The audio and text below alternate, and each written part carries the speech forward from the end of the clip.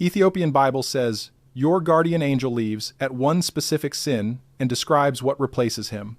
In a stone church at Axum, in the highlands of northern Ethiopia, there is a page of the Book of Enoch that says something no Western pulpit will repeat.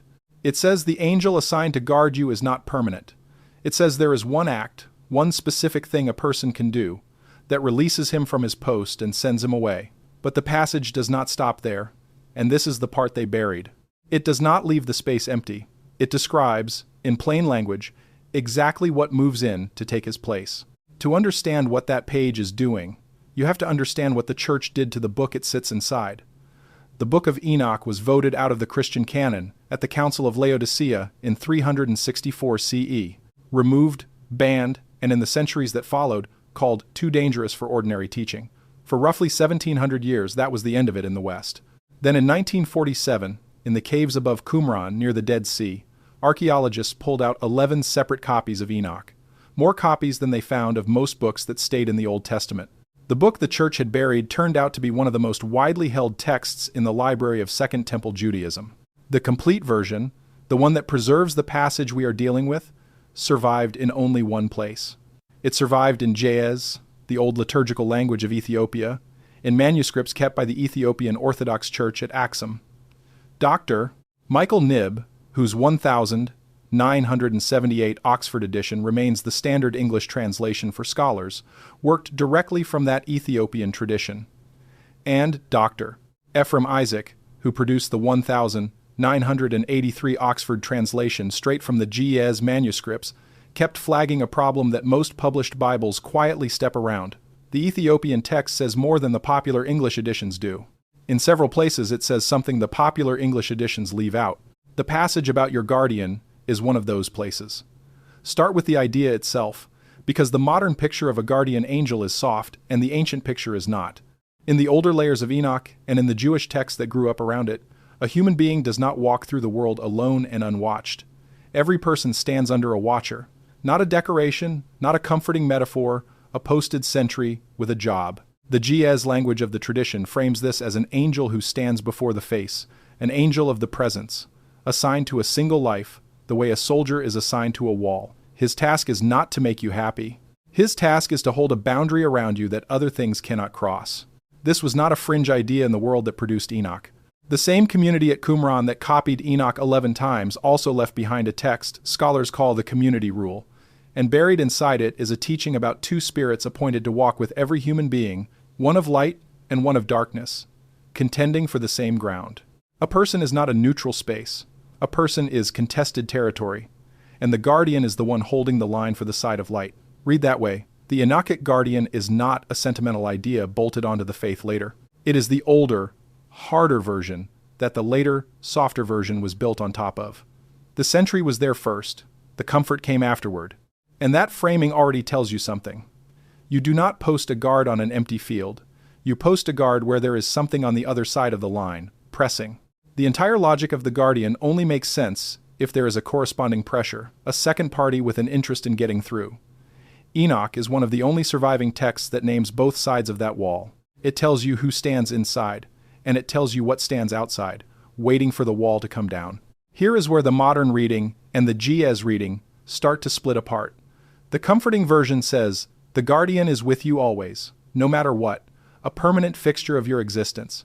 The Ethiopian text does not say that. It describes the guardian's presence as conditional. He holds the boundary as long as the boundary is honored from the inside. And it describes, with a precision that unsettled the scholars who translated it, the exact condition under which he stops. And before we go further, I need to pause for a second, because what I'm about to tell you gets significantly darker. And I realized a while ago that some of this cannot be fully explained in a video format. The complete reconstruction of the departure sequence this text records the single Ge'ez verb that names the sin, the four conditions the text says must be met before your guardian is released from his post, the marginal line in the Axum manuscript that names what takes his place, copied out word for word from the leaf. Charles never printed, I put it all into a written document. It's linked below, and the QR code is on your screen. Now, let's continue. This is the part I need to slow down on, because everything else depends on it. The tradition doesn't say your guardian abandons you when you sin. Ordinary sin, weakness, failure, The 1,000 small wrong turns of a normal life, none of that dismisses him. If anything, that is the entire reason he is there. The text is emphatic that a person who stumbles, even badly, even repeatedly, is still a person the guardian stays with. What the Jez describes is not a threshold of quantity, as if you commit enough wrongs and finally cross a line. It describes a single specific act of a completely different kind. The verb the manuscript uses is the key, and it is the reason this passage is so hard to soften. The Jez word is adaga. It means to leave, to abandon, to forsake, to deliberately let go of something you were holding. And the disturbing thing, the thing Isaac noted and the popular editions blur, is that the text uses the same verb twice in the same breath. It uses it for the human, and it uses it for the angel. The human adaga forsakes. Therefore, the guardian, adaga, is released to forsake in turn. The sin and the departure are not two events. They are one word, spoken from two sides of the wall. You let go, so you are let go of. Isaac's point about that mirroring is not a stylistic observation. It is a statement about causation. In the popular English editions, the guardian simply departs, as if on his own initiative, as if he decided you were no longer worth the trouble. That reading makes the angel the actor and the human the victim. The Jez reverses it completely. The human is the actor. The departure is not a judgment handed down from above. It is a consequence the person sets in motion themselves, using the same verb in the same sentence, so that no reader can miss who moved first. So what is the act? Not a category of behavior. An interior movement. The text describes it as the deliberate, knowing handing over of your own ground. Not being overcome, not being tempted, not falling, consenting. Turning, with full awareness of what you are turning toward, and opening the door yourself. In the older Enochic material, there is a recurring image of a sealed structure whose door has no handle on the outside. It can only be opened from within. The guardian is the outer wall. He can hold anything that pushes from the far side. What he cannot do, what he is forbidden to do, is stop you from unlatching the inner door with your own hand. The one sin is the unlatching. It is the moment a person stops resisting the thing on the other side and instead invites it, deliberately, as an act of the will. This is why the tradition treats it as a category by itself, worse than a lifetime of ordinary wrongdoing. A person who sins and struggles is a house under siege, with the door still barred. The guardian's entire job is that house. But a person who deliberately opens the door has done something the guardian is structurally unable to prevent and unable to reverse, because it did not come from outside. It came from the one place he was never posted to defend, the inside. The manuscript lists conditions around this, and they matter, because they are what separate this act from ordinary human failure. It has to be knowing. The person has to understand, at least in outline, what they are consenting to. It has to be willed, not coerced, not done in the fog of compulsion, but chosen. It has to be a turning, a reorientation of the whole person toward the thing, not a single slip. And it has to be, in the language of the text, a closing of the mouth against heaven, a refusal, in the same motion, of the help that would pull you back. Together those conditions describe something very rare and very deliberate, which is the point. This is not a trap ordinary people fall into by accident. It is a door that has to be opened on purpose. If that description of one deliberate, unrecoverable act sounds familiar, it should. It is the same shape as a warning that survived inside the canon. In the Gospels, one sin is singled out as the one that will not be forgiven, the sin against the Holy Spirit, and readers have argued for centuries about what it actually is, precisely because the text never names a specific behavior. The Enochic material offers a mechanism that fits the gap exactly. The unrecoverable act is not a deed on a list. It is the deliberate, knowing rejection of the very help that would restore you, made in the same motion as the embrace of the thing that unmakes you. You cannot be pulled back from a door you are holding shut with your own weight against the hand reaching for you. It is not that heaven refuses. It is that restoration requires a turning, and this act is the decision not to turn, made with full knowledge of what is being chosen. One tradition kept the warning and lost the reason. The other kept the reason and was cut from the book. And now the part the popular editions cut, because the obvious question, the human question, is what happens to the space. A guarded position does not stay guarded and then simply become unguarded, a neutral emptiness. The Jez does not describe an empty space. It describes a vacated one, And a vacated post, in the logic of this text, is not safe. It is available. There is a difference between a room that was never occupied and a room someone has just walked out of, and the text is careful about which one it means. Nothing hunts an empty field, but a position that was defended and then suddenly falls silent is the clearest signal in the world that there is something inside worth taking, and that the thing standing guard over it is gone. Here is what fills it. To see it, you have to go back to one of the strangest passages in the entire Book of Enoch, chapters 15 and 16. That section explains where evil spirits come from, and the answer it gives is not the one you were taught. It does not say demons or fallen angels. It says something stranger. Before the flood, the watchers who crossed the boundary took human wives and fathered the giants, the Nephilim. When those giants died, their bodies returned to the earth, but their spirits did not. Enoch 15:8 says the spirits that came out of their bodies remain on the earth, and Enoch 15:11 says these spirits will rise up against the children of men because they have proceeded from them. They are a hybrid category. Not angel, not human, born of a union that was never supposed to exist.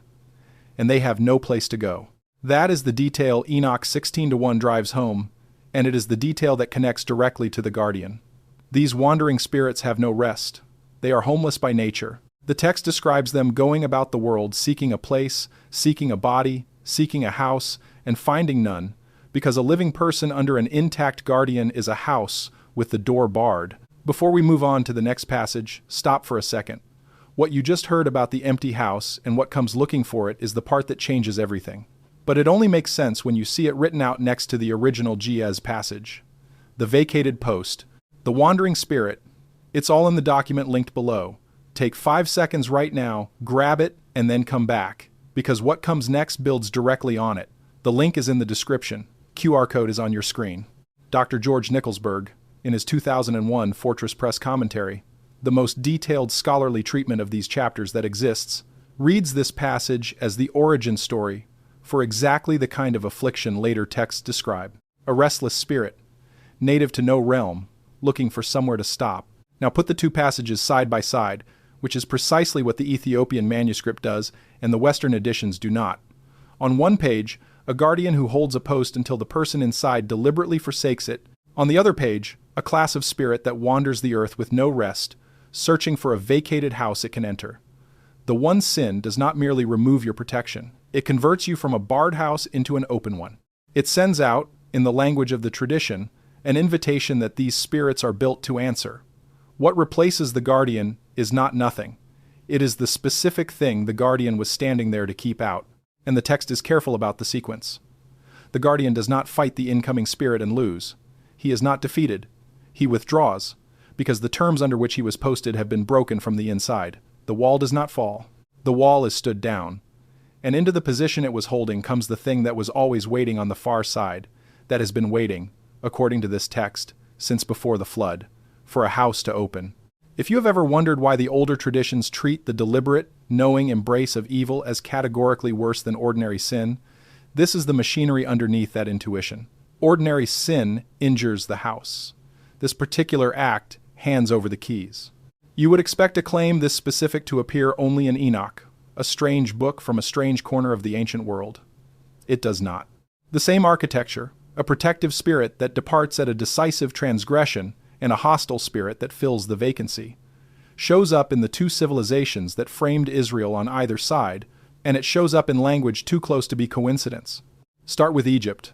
The Egyptian model of the self was not a single soul but a bundle of parts, and John Assmann's work on Egyptian soul concepts lays out how those parts functioned. One of them was the Ka, a kind of protective double, a life force that accompanied a person and sustained them. Another was the shadow, the shut, understood as a real part of the self that could be threatened, seized, or lost. In the Egyptian picture, a person in right standing walked with their protective parts intact around them. But Egyptian moral cosmology had a hard center, a principle called Ma'at, the order of truth and right action that held the world together.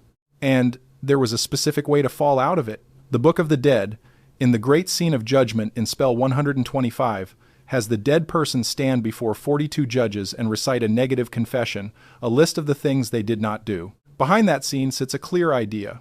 There are acts that do not merely stain a person, but unmake their standing in the order of Ma'at entirely. And a person cut loose from Ma'at is a person whose protective parts no longer have a structure to hold on to. What waits for that person is named too. In the judgment hall crouches the devourer, the composite creature that consumes the heart found wanting, and beyond her the Egyptian texts describe hostile spirits, the dead who became dangerous, entities that could attach themselves to a person no longer shielded by an intact ka. Osman's reconstruction makes the logic explicit. The protective double is not unconditional. It is bound to a person's alignment with the order of things, and there is a way of acting that severs the binding. Sever it, and something else has access to the ground the ka used to hold. Different vocabulary, same shape. A guard that leaves at a decisive act, and a hunger that arrives to fill the space. Now Babylon, where the parallel is closest of all, close enough that the Ethiopian passage reads almost like a translation of it. Mesopotamian religion held that a healthy person walked flanked by two protective spirits, the Shedu and the Lamassu, a personal guardian on each side. As long as they stood with you, you were shielded. Mesopotamian texts describe misfortune, illness, and possession in exactly these terms, as what happens when your Shedu and your Lamassu depart and leave you exposed. And the thing that comes through the gap has a name, the Utuku Lemnu, the evil Utuku, the hostile spirit of the incantation literature. There is an entire series of Babylonian exorcistic texts, the Utuku Lemnutu, the evil demon's tablets, devoted to the situation of a person whose guardians have withdrawn and whose body has been entered by the spirit that replaced them. Thorkild Jacobson, whose analysis of Mesopotamian cosmology remains foundational, described how these spirits were understood not as gods but as restless intermediate beings, homeless, hungry, drawn to the unprotected. The same category Enoch describes, the same wandering with no rest, the same search for a house. And there is a thread that runs underneath all three traditions, older than any of them. Dr. Nadia Voss, at the Free University of Berlin, spent 6 years reconstructing a Proto-Sumerian tablet whose text is written not as prophecy but as testimony, a first-person account of a time when a boundary that normally holds the world in order failed, and things that are neither of the sky nor of the earth came through and moved among people while the protection was down, then departed when it reasserted itself. Voss recovered only part of the tablet, but the structure she recovered is the same structure, scaled up from a single life to the whole world. A boundary that holds. A failure of that boundary. Something that was always outside, coming in through the gap. And then, if you survive it, the slow return of the wall. 4 traditions: Egyptian, Babylonian, Proto-Sumerian, and the Enochic material the Ethiopian church preserved. None of them borrowed the idea from the others in any way the textual record can trace, and all 4 describe the same event: a guardian that stands until a specific line is crossed from the inside, a line that is not ordinary wrongdoing but a deliberate handing over, and a hostile, homeless spirit that has been waiting on the far side to occupy the ground the guardian was holding. When 4 separate civilizations independently write down the same machinery, you are either looking at a coincidence of imagination or at a memory of something they all had access to. So why was the passage cut? The suppression follows the same pattern as the rest of Enoch, and it follows it for the same reason. The problem was never that the text talked about angels. The church talked about angels constantly. The problem was that this text made the mechanism specific, testable, and personal. A comforting guardian who never leaves is a doctrine that asks nothing of you. A guardian who holds a post until you deliberately open the door and is replaced by something specific when you do is a claim about what a human being is actually capable of doing to themselves. One is pastoral, the other is a warning with a mechanism attached. R.H. Charles produced the 1906 English translation that most of the English-speaking world still quotes, and it is a monumental work, but it is also the version that smoothed the hardest edges of the JS. Isaac's later work from the Ethiopian manuscripts flagged the places where the popular editions compress or soften passages that the Aksum tradition preserves in fuller form. The marginal material around the guardian's departure is exactly the kind of content that gets compressed.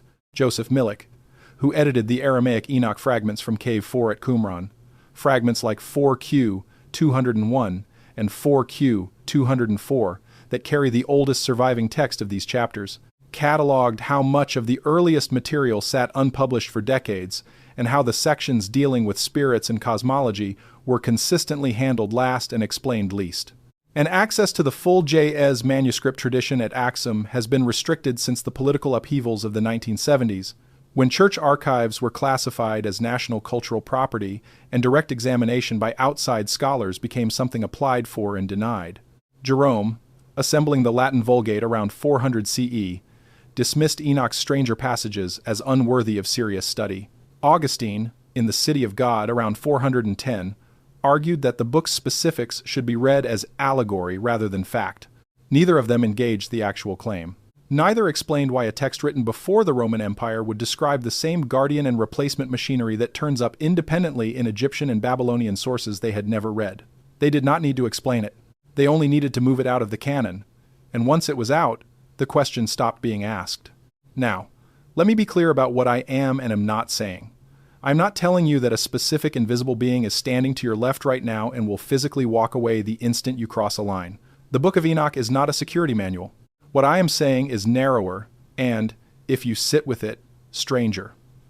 4 ancient traditions, working from sources we cannot fully reconstruct, independently recorded the same idea in the same shape, that a person is protected, that the protection is conditional on something happening or not happening from the inside, that there is one kind of act, deliberate and knowing, categorically different from ordinary failure, that stands the protection down, and that the space it leaves does not stay empty, because there is a class of restless, homeless thing whose entire nature is to search for exactly that kind of vacancy and move in.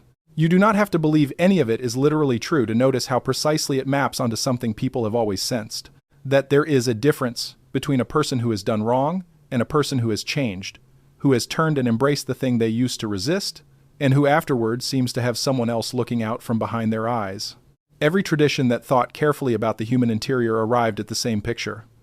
A wall, a watcher on the wall, a door in the wall with the handle on the inside, and on the far side, patient and old, and without any rest of its own, something that has been waiting since before the flood for a hand to reach out and unlatch it. And the traditions all agree on one final thing worth carrying out of here with you. The wall is strong. The watcher is faithful. The single point of failure in the entire structure, the one place every one of these texts locates the danger, is the handle on the inside, and the hand that belongs to it has always been yours. The wall held for ages, precisely because almost none ever reached for that inner handle at all yet.